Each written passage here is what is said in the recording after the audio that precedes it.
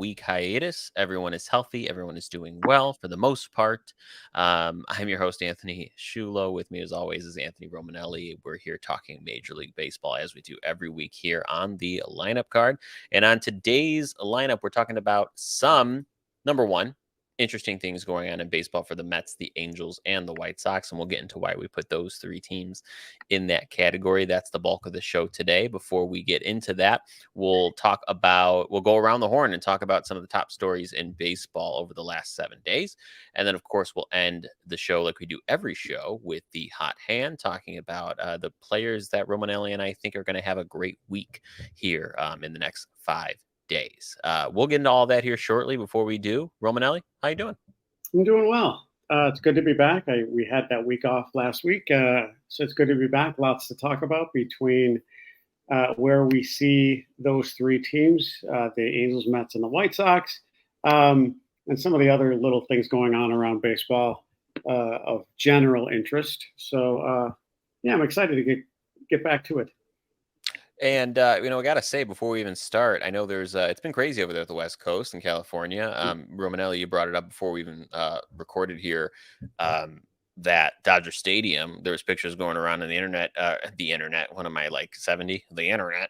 There's pictures going around social media of Dodger Stadium being flooded by Tropical Storm Hillary. And obviously that is a small problem of all the big things that have happened over there because of this storm. And we just want to give a shout out to those folks over there, wishing them well and a quick recovery, because it looks pretty nasty out there. It does. It almost looks surreal between the haze and the insane amount of water. It almost looks as if Dodger Stadium was dropped into almost like a pot of water, and it's just standing at the top. It's so sad and scary all at the same time, and hopefully everybody's okay. I've not heard anything about people being injured, so that's good news. I could be wrong, but I haven't heard anything. That doesn't mean people aren't injured or not doing well, but I'm just hoping everything is okay out there. And as a baseball fan, you just want them to get back to regular baseball or normal way of life. I joked earlier today they should just helicopter the teams and drop them, let them play, pick them back up, and yeah. That what's crazy about all that too is I was talking to my wife about it yesterday. Man, did they get hit hard with not only the tropical storm, but a couple days ago, or maybe it was yesterday, that earthquake. It's like just a double whammy. You can't make that up. Like that's no. I think the powers that be are not happy with LA at all for whatever reason. Yeah, well, let's not go into that topic. Right. So, all right, folks, let's start the show by going around the horn, talking about three things going on around Major League Baseball that is newsworthy and noteworthy. First thing I want to talk about, Romanelli, is we may be looking at a surge of younger players coming up to play in the big leagues sooner than expected. And what kind of prompted me to talk about this today was a few big call-ups happening around the league. Number one, the Angels have promoted their 2023, so this year, their first round pick, first baseman Nolan Schanuel. Called him up, doing well in the minors. He was drafted 2 months ago, if that. He is an example of one player that's on the moves pretty quickly. Another example, it looks like that this year's number one pick, starting pitcher Paul Skeens, the Pirates are already going to skip him up a level and send him out to Double-A. This year's number 2 overall pick, outfielder Dylan Cruz with the Nationals, he's skipping a level and being promoted to Double-A. And then per John Heyman, it's not official yet, but the Orioles look like they're ready to call up their number 1 overall pick from 2022, Jackson Holliday, son of Matt Holliday, to the majors potentially before the end of the year. So, I mean, you've watched a lot of baseball. You've been following the sport a long time. I've been following the sport a long time. You always look forward to these young prospects showing what they can do at these lower levels, working their way up, grinding to get to the show. I mean, this is just ludicrous speed. I mean, I start to wonder what are some of the factors that influence these players coming to the league just so quickly in light speed, seemingly. I think it's twofold. I think for the teams not with nothing to lose. You said Washington, right? Did you say Yeah. Washington or no? Yeah. They have nothing to lose, so bring him up early. Let's see how he does. And because oftentimes, and you're just on the verge of September. Usually, what you would hear is the September call-ups, and so now it's a couple weeks early. And so ultimately, that's what's happening with the Nationals. In addition to the one kid you mentioned, I think the Angels also brought up their shortstop, that young shortstop. I think his last name is Nato or Nito. Yes, earlier this year, Nito. correct. Yeah, They brought Nito. Nito. They brought him up too. The Cubs are trying really, really hard to bring up Pete Crow Armstrong, but I don't think he's going to fit in anywhere right now with the way Bellinger is the Cubs All Star, no question. Um, and The Baltimore move I like, actually. I think that's twofold.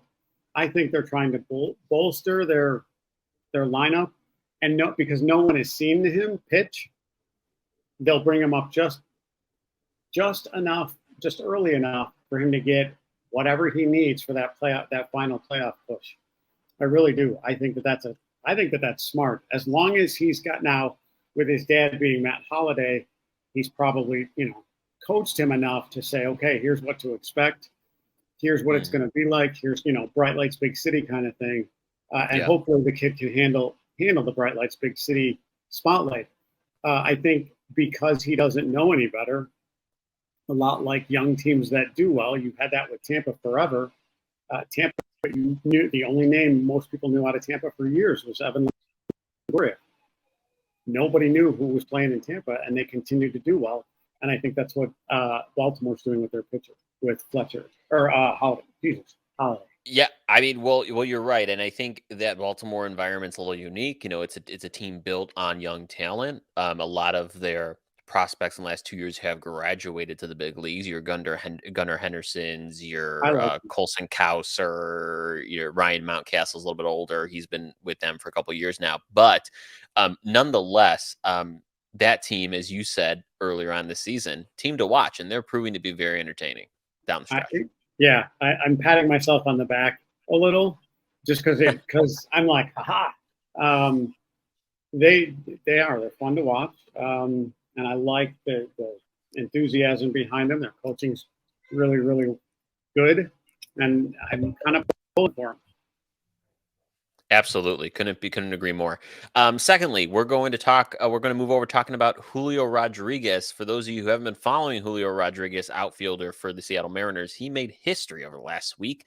This guy went 21 for 37 over 7 games, but more importantly, he of those 21 hits, 17 of those hits came across 4 straight games, and he broke both an AL and an NL record for the most hits in a 4 game span. In those 4 games, Romanelli, he went 4 for 6, 5 for 5, 4 for 5, and 4 for 6, and raised his batting average from 256 to 278. I can't remember a tear is just as tremendous and dominating as that. Yeah, you said it, dominating. To be that good in that compact a time is unheard of.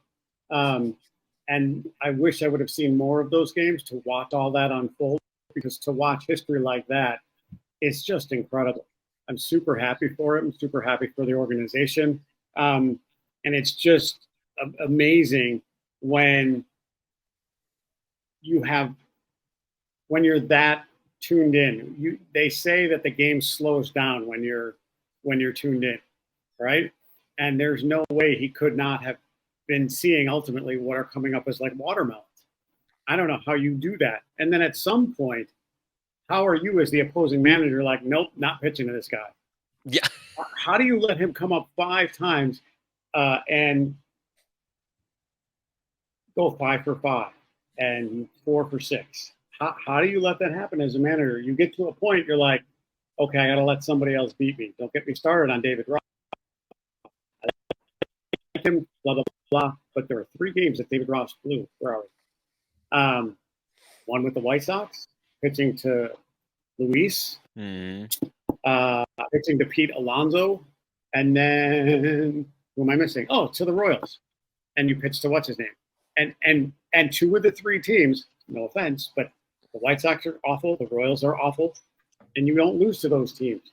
So sorry, little sidetrack there. No, But I mean, hey, you're getting no argument from me on that one. yeah, so yeah, I literally just lost my train of thought. Sorry. No, you're all good. That's Julio Rodriguez. Last thing I want to talk about as we go around the horn here and wrap this up. Um, the Oakland A's, we talked about it in the previous shows. We talked about it on the Crosstown Baseball Show. The Oakland A's obviously are still steadfast in moving to Los Angeles, relocating to Las Vegas. We talked about their stadium a couple weeks ago, maybe a month ago now. Number one, they're saying that stadium is that's not what it's going to look like. That was a mock-up, and they don't like it. And quite frankly, good because it looked terrible. Yeah, agreed. They did, though, go ahead and hire a construction firm to go ahead and set up what that stadium is going to look like and handle all the construction project. They actually hired firm Mortensen McCarthy. Mortensen McCarthy worked on the Raiders' Allegiant Stadium. So if you've seen Allegiant Stadium, it is a beast. I don't know. Some people may think it's beautiful, but it's large. It's definitely state of the art. It's one of the newer stadiums across all of sports, and it kind of is a trendsetter in a way. So we'll see what the Oakland A's come up with. But this was even after Oakland's mayor met with Rob Manfred. I believe it was about a week or two ago, to try to figure out a way for Oakland to stay, or the Athletics to stay in Oakland, and it is not looking good. And this just reaffirms that they're really on the move. Oh, they're as good as gone.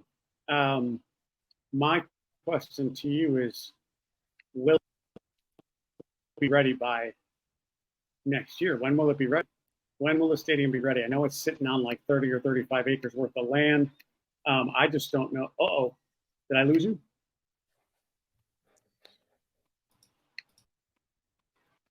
As far as when the stadium is going to be built, or new stadium, I mean, I haven't seen any official statement on that, or when they plan to get it done. But you got to figure that's at least a 2-year project. And I know what, while I talk about it, I'm going to see when their stadium lease is up, because I believe it was pretty quickly here. So their lease at Oakland Coliseum runs out December 31st, 2024. There's no way in heck they're getting a stadium built by then, so they have to think of an alternative plan. Yeah. So if that's the case, are they going to end up playing like at UNLV? Are they going to play at minor league stadiums out there? Where do you think they'll end up? Well, if you look at the minor leagues, the minor league team in Las Vegas, which I'm blanking on the name right now, the Aviators, they're actually the minor league team for the A's. So I guess that's easy, right? If your minor league team is in Vegas. I mean, first off, let's talk about their Sure. major league team, and their minor league team would be in Vegas, which I guess has its perks, but also it's kind of weird. So that's an easy backup plan. And if I was a betting man, I think that they're playing where the Las Vegas Aviators play, but that conflicts with a AAA season. So you wonder how that would even work. Yeah. Again, that's why I brought up UNLV. I have no idea. No idea how they're going to make it work. Who's the next closest stadium to them? That, you know what I mean? Like, remember when the Bears played in Urbana, when they were putting Mm, that spaceship inside a Soldier Field? yeah, Uh, so I'm curious where they'll end up playing. My guess is the A's won't have a home for what, 2 years?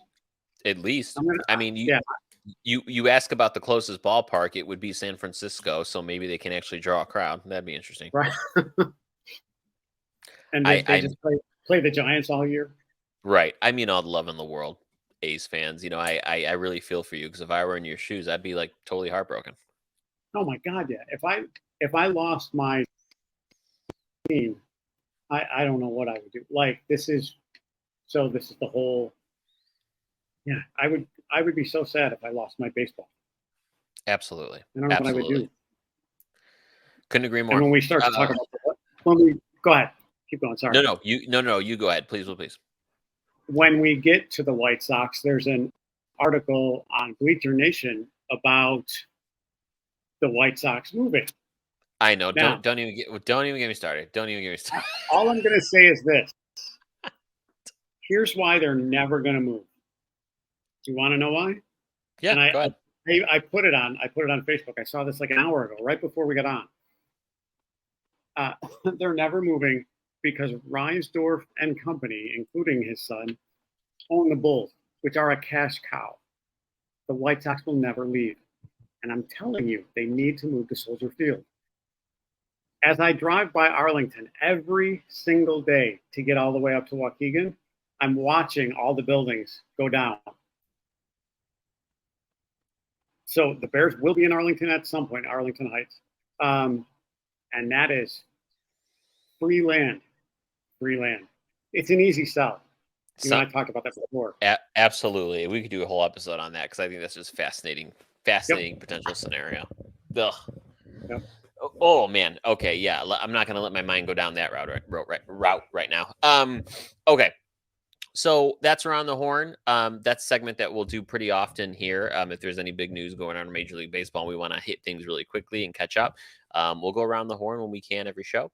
But let's get into the meat and potatoes of what we're going to talk about today, Romanelli, because this season, this 2023 season has been very interesting. I think we're seeing the effect of the collective bargaining agreement putting in 14 teams into the postseason. We've seen what that means, seeing more teams being competitive and how that's influenced the trade deadline.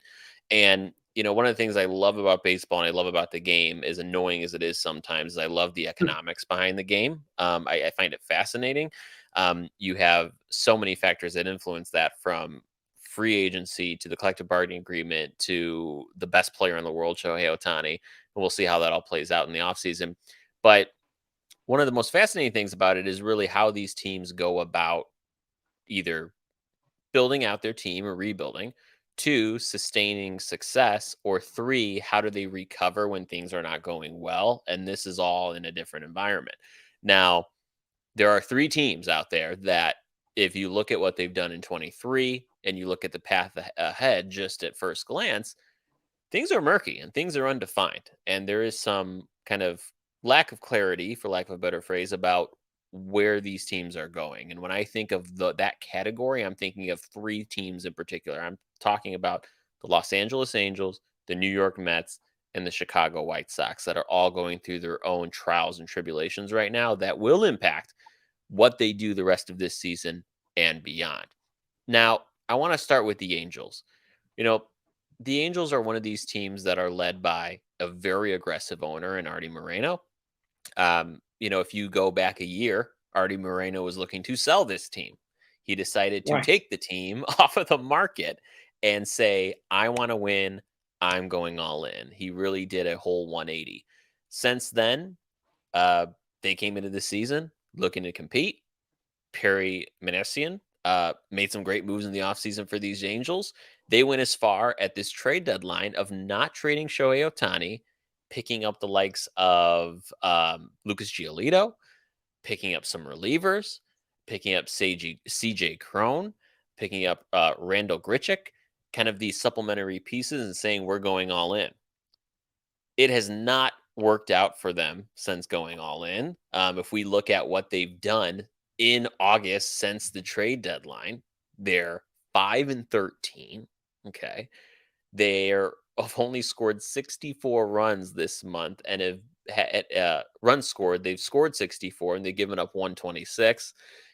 I mean, this is a team that put all the chips in and just tripped on the table. So here's where I wanted to talk about with the A's, and this is where I want to start.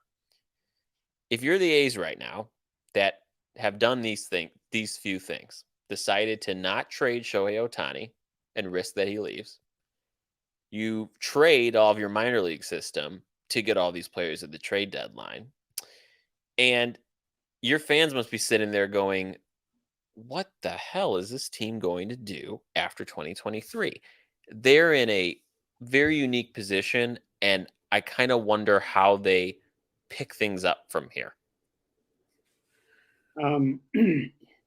You said something interesting at the beginning, that their owner was going to sell the team, right?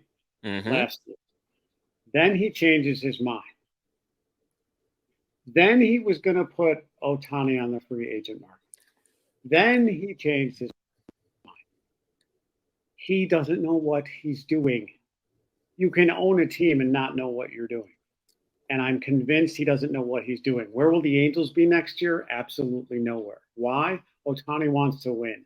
The greatest player in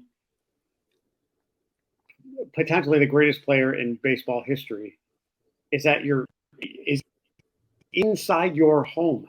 Are you going to let him leave, or are you going to build around him? You're clearly not smart enough. As rude or whatever as that sounds, you're not a smart enough baseball. You could be an owner and not understand the game and find the people to help you do well enough to win, and that's ultimately the job of the owner.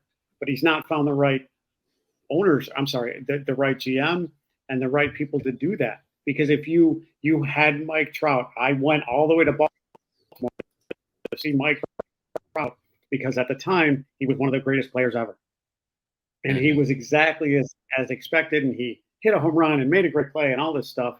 And then you get ultimately the player of a lifetime who's doing everything on both sides of the ball. Yep. And you can't figure out how to win. Either he needs to sell the team now, or just Otani's not coming back. The Angels are screwed. And poor Mike Trout. Like, how do you feel bad for, again, somebody who's a once in a generational player? But now his teammates even better than him. But Otani's as good as gone. There's no. If you want to win, do you stay?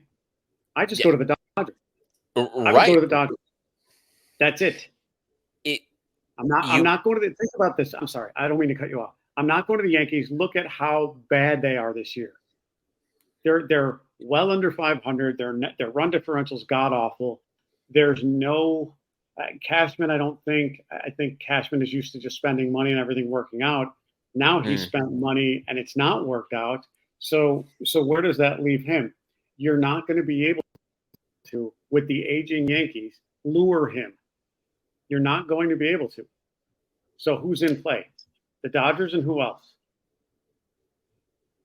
I don't know. maybe the other team on our list. Hint, not the White Sox. And he's and there's another. Well, except you just got rid of Verlander and you just got rid of Scherzer. Right. So no. The key thing is the Otani thing, and if you look at kind of how this team projects, how the Angels project in 2024, you really look at two things with every team. You look at what they currently have on the field now, what they have on the 26-man roster now, and also where their farm system is. Here's the issue for the Angels. The Angels really don't seem to have much going for them, either on the field and on the books currently, without Shohei and Trout, or they don't have the farm system. The most recent rankings that came out last week from MLB Pipeline puts the Angels farm system ranked 28th, number one. Yeah. And a lot of that is due because they traded those young assets to get some of these players. But then two, when you look at the Trouts, you look at, let's not forget Rendon is still on this team, and Rendon, folks, I mean, next year this guy's making, let me pull up, make sure I get it right. He's making $38.6 million for a guy who's not on the field. He was not Nationals Rendon. They signed him to this massive contract, and it has been probably one of the worst free agent signings in recent memory across the league for what you got from Rendon. Trout himself, fantastic baseball player, Hall of Famer, no doubt, but he's had his bouts with health in the last 2 years. This is a team where this rock bottom may be coming pretty quickly, and I don't know that they're going to be able to survive it and thrive anytime soon with these heavy contracts, kind of a weak major league team, and then no reinforcements coming from the minors really anytime soon. So this either becomes a question of, do I do a full teardown and to the studs, or do I do what Artie Moreno has done for the last couple of years, is just push cash into this team, sign all these huge free agents, take a risk. Maybe you get Rendon again. Maybe you get an all-star. Who knows? I don't know that you have many other options. I think those are your only two options. I would agree, but I think having been through it with Theo and company with the Cubs, and you be brutally honest, being like, we need to tear this down and start over. It's going to take some time. The only thing that they have going for them, really, that they have Stassi through 24 through 2024 and Fletcher at second base through 2026. That's it. Yeah. And those two names aren't strong enough, and they're not strong enough outside of Trout, who you're talking about, who's beginning to get injured. You're not. How in the world do you not tear it down? How do you not justify for me uh, putting a plugging on the Angels? There's way too many holes. And Otani and on top of it all, Otani was your draw. It was Trout, then it's Otani. Otani will single-handedly draw a bazillion people no matter where he goes, Hmm. and he's gone. He's as good as gone. I think they tear it down. I tend to agree, and I guess more than anything, and this will be the last point before we move on to the East Coast, but Sure. it it's just such a wasted opportunity. And if I'm an Angels fan, I'm thinking number one, first off, it's hard maybe for me if I was an Angels fan to be mad at Artie Moreno, other than because I would hate to be in a situation where an owner is not going to invest in the team and try to get the best players. And let's be honest, no matter who the owner is, who the GM is, if you're spending money on players that have a great track record, sometimes it's going to work out and sometimes it won't. That's the nature of free agency. So I can't blame Artie Moreno for putting the money out there and trying, but they really failed with this Shohei Otani experiment. Like, how do you let someone like this potentially walk away? And if I'm an Angels fan, it will be it would be just a uh, inexplicable, unexplainable disappointment if that happens. And I feel for those folks. I think they're preparing for that. I do too. I would say the only, and I mean this wholeheartedly, the only way Otani stays with the Angels is if he walks to Otani and says, "How much do you want? What do you want? What do you want? What will it take for us to keep you? For us to keep you?" That's the only way he stays because they're not building a winning franchise. They're not. They're just not. And there's no appeal if I'm Shohei Otani. I'm doing everything possible, and we're not winning.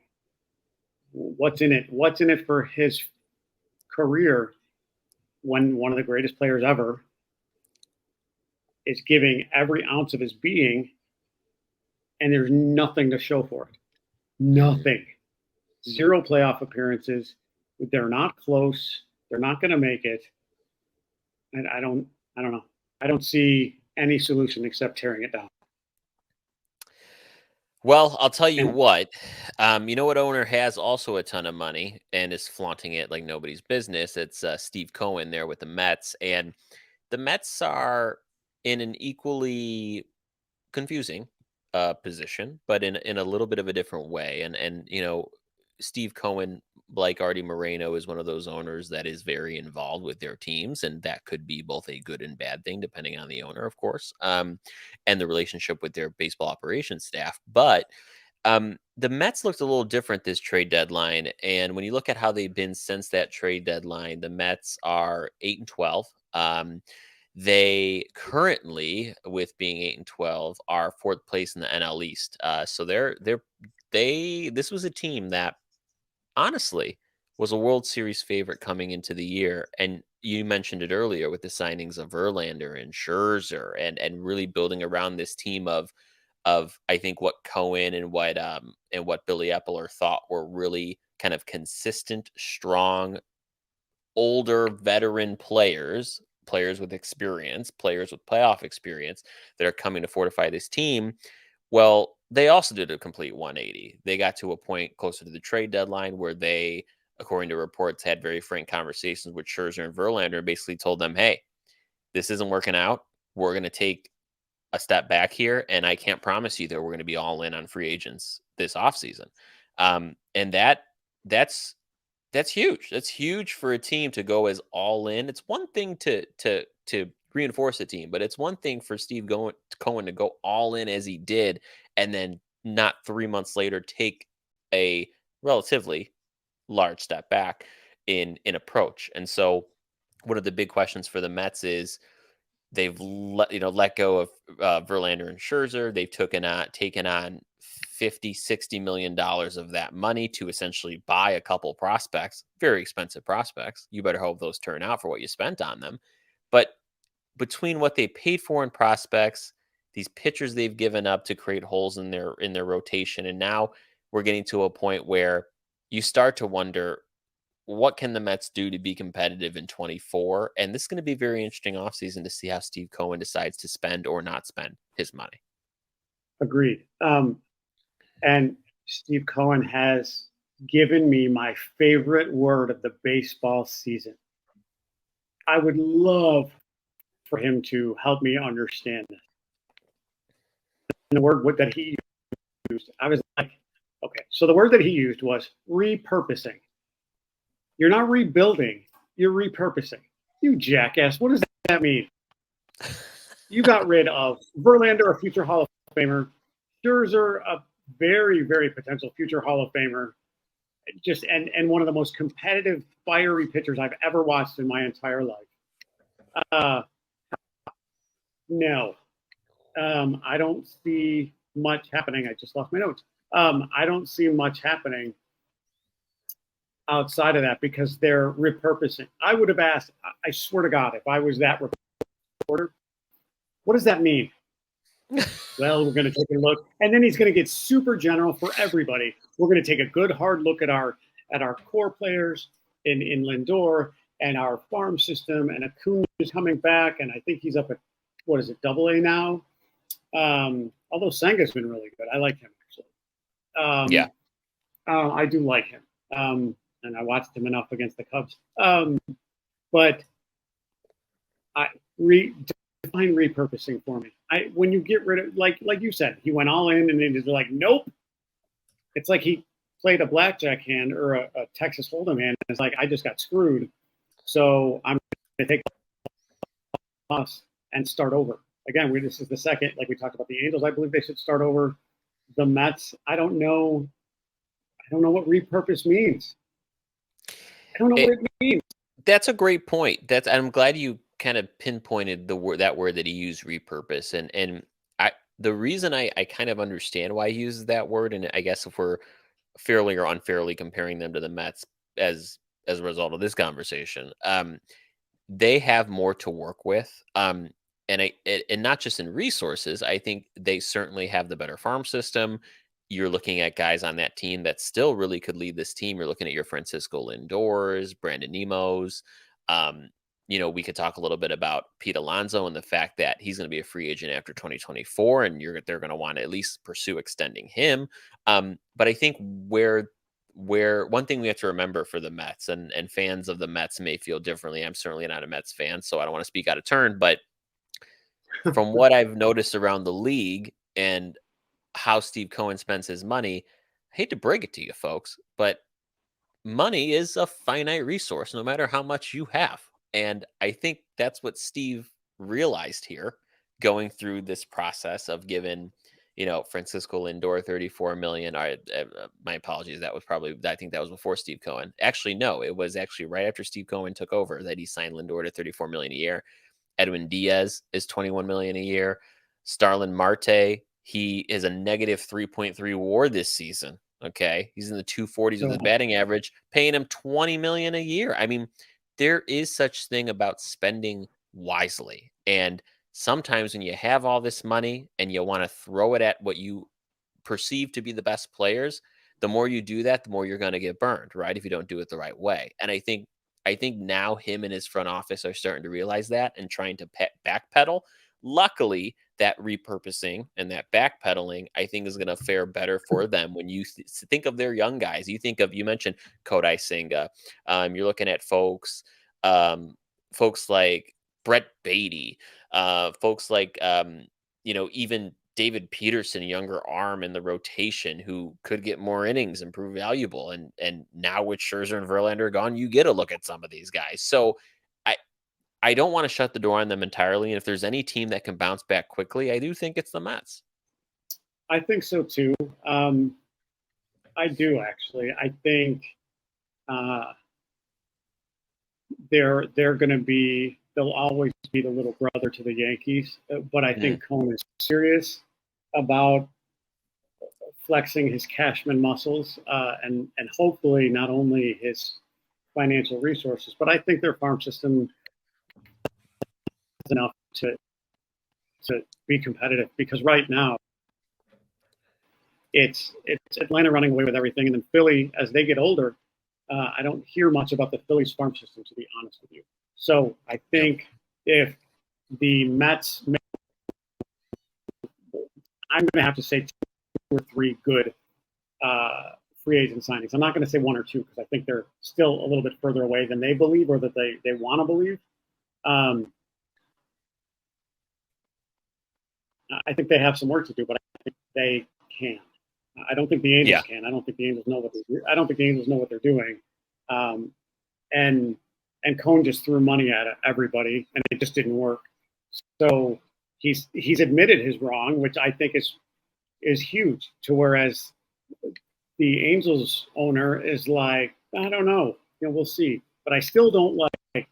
I'll be honest with you. I still don't like the word repurpose because I don't Mm. know what that means. It's just it's is it a rebuild? If it is a rebuild, then get rid of everybody. And I think this is a broader point here, not only applicable to the Mets, but I think the days of rebuilds, quite frankly, whether it's using the word, taking the path, I think the last collective bargaining agreement is going to do exactly what it's meant to do. I think the days of rebuilds are over, quite frankly, and I think the Mets are going to be the first example of this. You can make an argument our next team's probably going to be one as well, where these teams are not going to commit to tearing it down because you are to a certain point where you can be competitive. Why would you take 5 steps back where you can take just 2 steps forward in 2 years? You're a Cubs guy. Cubs did the same sort of thing, and they're competitive faster than I think we all thought, right? And if you do it right, play your cards right, you could be in that position. And so, you know, going back to specifically to the Mets, I do think they have a more talented kind of 26-man roster right now compared to the Angels. And number two, right now they have 2, 4, 5, players in the top 100, MLB Pipeline's top 100 for prospects, and they're 11th on their rankings for farm system. And you're looking at folks like Luis Angel Acuna, the brother of Yep, uh, Ronald. Ronald Acuna. Ronald. Yep, And they got him in that's it. that trade from Texas, the Scherzer trade. They got outfielder Drew Gilbert, number 56 prospect from the trade with Verlander to Houston. So I think they, unfortunately, as much as those prospects were, I think they did the right thing. I'll be very interested to see, and this is kind of where I'll leave it with the Mets is this offseason for the Mets is going to tell us a lot about what the short-term plan is because if Cohen's not committing to a Verlander or to a Scherzer that they're going to continue to spend this offseason, what does that look like? And I don't think much of anyone really knows. I completely agree. I don't think anybody knows. I will say this: I don't think he's scared to spend again. You're probably right. And that being said, and if you take a good look at the free agent list, there's plenty to choose from. Good God. I mean, there just is.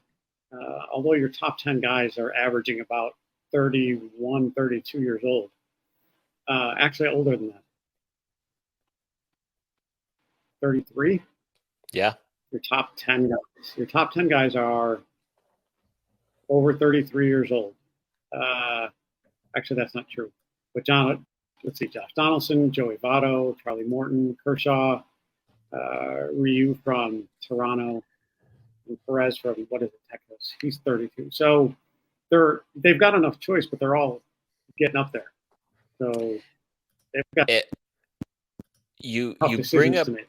you bring up an interesting point. They do have tough decisions to make. Of course, when you get to free agency, players are obviously older given the nature of free agency, but they this is what I mean by it'll be interesting to see because this Mets team is an older team. You look at their ages just in their starting lineup: 21, 28, 31, 29, 34, 30, 34, 30. You look at some of their bench: 35, 34, 28, 31, 29, 32. It's an older team. It skews average. The average is over, so or older. So this is one of those examples that we talked about it in Around the Horn. This team's got to get younger, and I think they know that.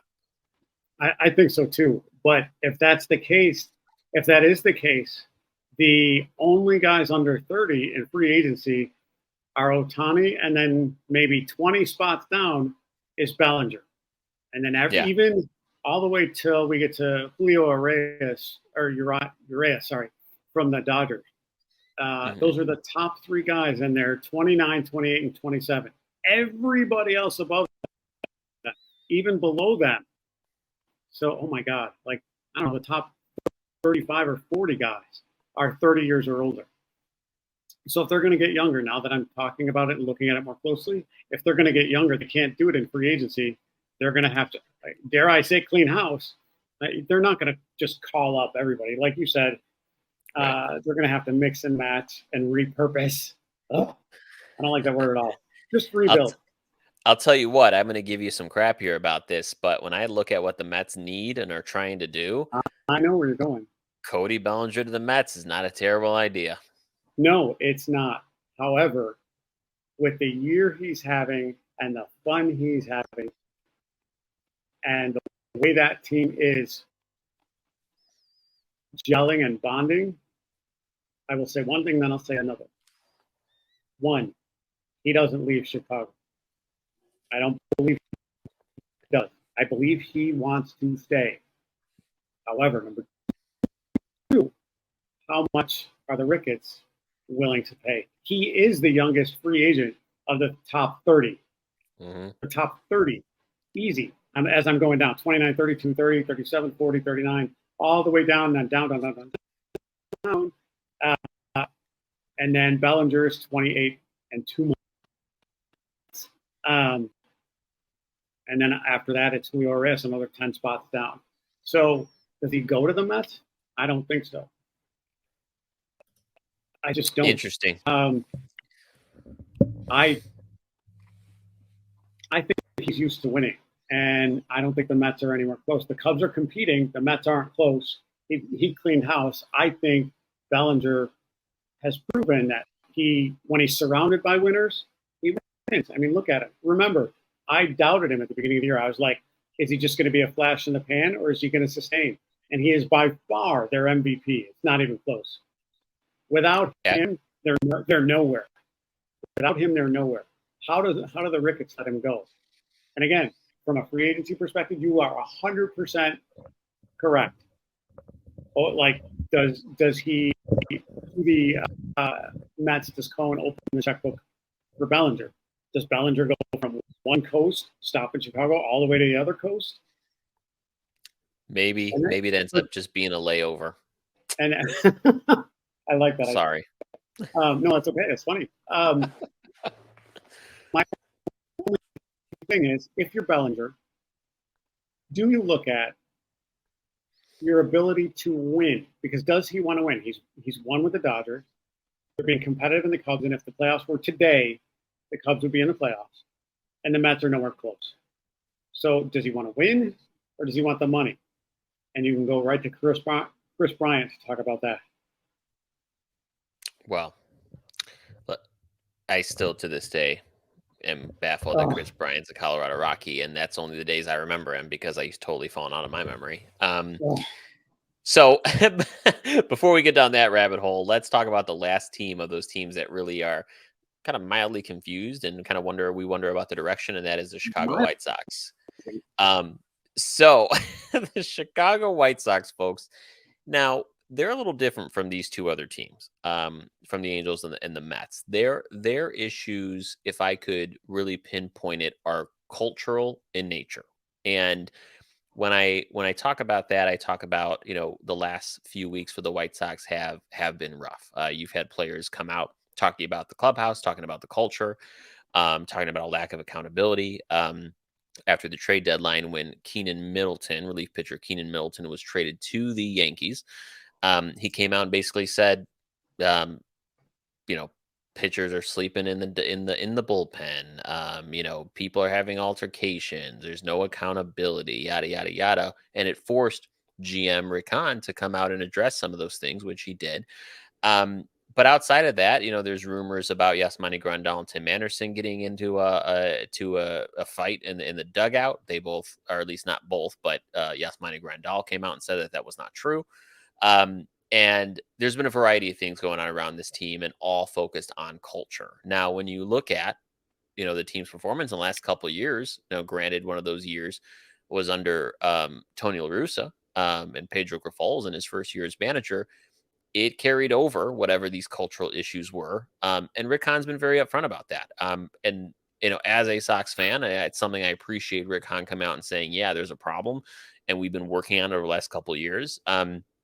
And culture is important, right? Um, I'm coming at it from a unique perspective. My day job, I work in human resources, and we talk about culture all the time. And so it's quite interesting to see this play out, from the day job perspective. And I can tell you, for whether you're an outsider looking in on this team, or you are a Sox fan, uh, please don't rip this team to shreds yet. I wanted to at first, but my greater mind prevailed, and I said culture does not happen overnight. Sometimes it doesn't even happen in a couple months. Sometimes it doesn't happen in a year, especially when you have players that you thought maybe fit into the culture but do not. Um, so when you look at this team, the rest of this year, kind of what these players are playing for, this was a team much like the Mets, maybe less so the Angels, a team that was supposed to get deep into a postseason, compete for a World Series. And when you look at their 26-man roster, you look at the folks like Andrew Benintendi, Eloy Jimenez. They still have Dylan Cease. Luis Robert is an absolute stud every day. Um, Andrew Vaughn, young first baseman who can get on base and hit for average, and has yet to show us, I think, the pop that he has. He hit some home runs. This is a team that has some potential, and they do actually have some young guys coming up that could do the job. Goes guys like Colson Montgomery, who is on one list is the number 2 prospect in all of baseball. There's a potential there, and I think, whereas the Angels and the Mets actually struggle with either their farm system or some of the players they have on the roster, where the Sox struggle is figuring out which of those players either reinforce or build the culture, and which ones are kind of detractors from that culture.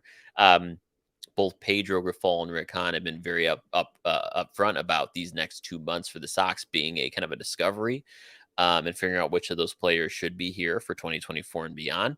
There was a report from Bob Nightingale yesterday about the upper management, including Jerry Reinsdorf, doing internal interviews across the whole organization to see if big changes need to be made. The White Sox had released a statement today to the beat reporters saying that, well, this happens every year. Whenever there's a bad season, there's always these internal interviews. And I do believe that to be true. That's pretty standard in baseball. But I do think that these interviews carry a lot more weight than they have, considering how disappointing this team has been. I'll end it by saying this. It's going to be a very interesting 2 months for the White Sox. I think before they can even think about winning, before they can even think about being competitive, they need to figure out what team they want to be. They need to create that culture. As much shit as the Cardinals get for the Cardinal way, there is some value in that. And the White Sox don't have a way. They have a won't right now. And I don't know what it is or what they need to do to get there. But the next 5 months are going to be very interesting for this team. I think if you and I pool our money, we can buy them. They are a complete mess from top to bottom, and the internal interviews need to start with Reinsdorf interviewing Hahn, Reinsdorf interviewing Kenny, and getting rid of both of them. Okay? When you have multiple players saying that there are locker room issues, it's okay if it's one player, because you're like, but you now have more than one player. You now have Rick Hahn like, it's okay. It's okay. No, it's not. When you're not going to lose 100 games as a franchise. They're not going to. However, they are not playing well. And while they have the prospects there, Tim Anderson is a cancer in the locker room. It's been proven, and his apology is way about the off-gendered ways of Anderson. I think everything about him and everyone in that. And I was the first to say, okay, last year La Russa was a mistake, and the whole world knew it. So you're hopeful that things will change. You're now far beyond the All-Star break. They haven't won 50 games yet. There's multiple people talking about how it's not going well. I don't want to say clean house, but I'm thinking clean out the top drawer or your junk drawer. Clean that. They have to go. Kenny and Rick have to go. I'm sorry. That's where it starts. Your mistake and loyalty is proven one mistake of loyalty is proven once again through Reinsdorf by keeping Han and Kenny past this year. This is Jerry's last chance to rebuild the franchise, or they're screwed. I'm telling you, because Kenny's been in charge too long, nothing's happened. And oh my God, Han's been in charge too long and nothing's happened. I refuse to say that in 05 they caught lightning in a bottle, because Jesus Christ, the Cubs in 2016, everything came together. And the same thing with the White Sox in 05. Everything came together, everything worked. However, you're seeing effort on the north side trying to right the ship. You're not seeing it with the White Sox. You're not. How have they righted the ship? Is Grifol righting the ship? No. It's the same way I said about Jed. Is Jed going to sink or swim this like during the trade deadline? And he's made enough right moves that where everything's clicked. The White Sox haven't made enough moves. They haven't done enough, and they're not. When their biggest draw are the Cubs, that's a problem, because that's 3 games a year. And maybe the Yankees, because they're only coming to see the other teams. And at this point in the season, that's not good for anybody. That's not good for morale. That's not good for their future. And it makes me sad, because it's always fun to go to a game. And I want them, when I'm there, I want them to win. I want them to play well. And I'm not going to say the Cubs have never been there and other teams haven't been there. But being this close to the White Sox, in Chicago, I can't deal. I can't anymore with them. They need to. It's got to start with Kenny and Rick. That's where I think it starts. The internal interviews, need to be Jerry, Rick, and Kenny in the same room, and Jerry's got to say goodbye. He does. I'm sorry. Well, what you're saying has some truth to it, because as anyone in my profession will tell you, when it comes to culture, if you do not have the accountability and the buy-in coming from the guy at the very top, you have nothing. And I think this is very well what we're looking at here. And as a Sox fan, I can tell you, very much looking forward to. I understand the people part of it. Obviously, I never wish anyone to lose their jobs, but baseball at the end of the day is a business like anything else. And when you're not doing the job, you don't deserve to have that job.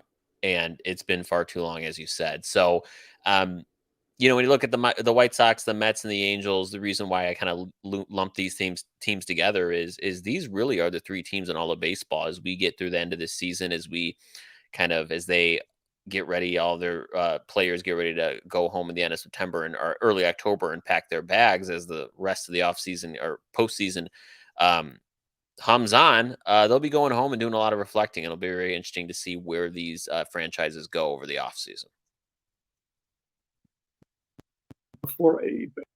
I completely agree. Before we cut away or end, I know we're not over just yet, but one thing that it just clicked just now. It just hit me. Chicago, LA, New York, the 3 biggest markets, arguably in the country, right? And Yeah. all three teams are horrendous. They're horrendous. Maybe that's a strong word. Maybe horrendous isn't the right word. But they all should be much, much stronger than they are. I'll They just should be. I'll give you another interesting thing with these three teams. Not only are they in the three big markets, you can make an argument they're the secondary team in each of their markets. Wasn't that interesting? Well, let's see. Absolutely. In New York and Chicago, without a question. Without question. Uh, and LA, yeah, actually, the Angels, yeah, to the Dodgers, without question. Yeah. I, I completely agree. All three of them are secondary teams. And It's a it's very just the way it is it is. until It's like, un, until something dramatic happens. It will be. Yeah. Like very until you have like, interesting. yeah, I didn't It's even a think about that. very interesting juxtaposition, no doubt about it. All right, we're gonna wrap up the show like we always do. The hot hand, where we go ahead and pick one player who we think is going to perform the best over the next 7 days or in 5 days. And actually, folks, um, I am going to be on vacation. I'm going to Florida later this week, and I'll be out for a week, so we won't have a show next week. So this hot hand's going to have to hold you through 10 days, Romanelli. So what we do for the hot hand is we pick the hitter that's going to have the best performance over the next 5 days. In this case, 10. Stats are reviewed in the next episode, and the winner gets a nice pat on the back, handshake, and bragging rights. So, Romanelli, I'll start with you. Who are you riding this week for your hot hand?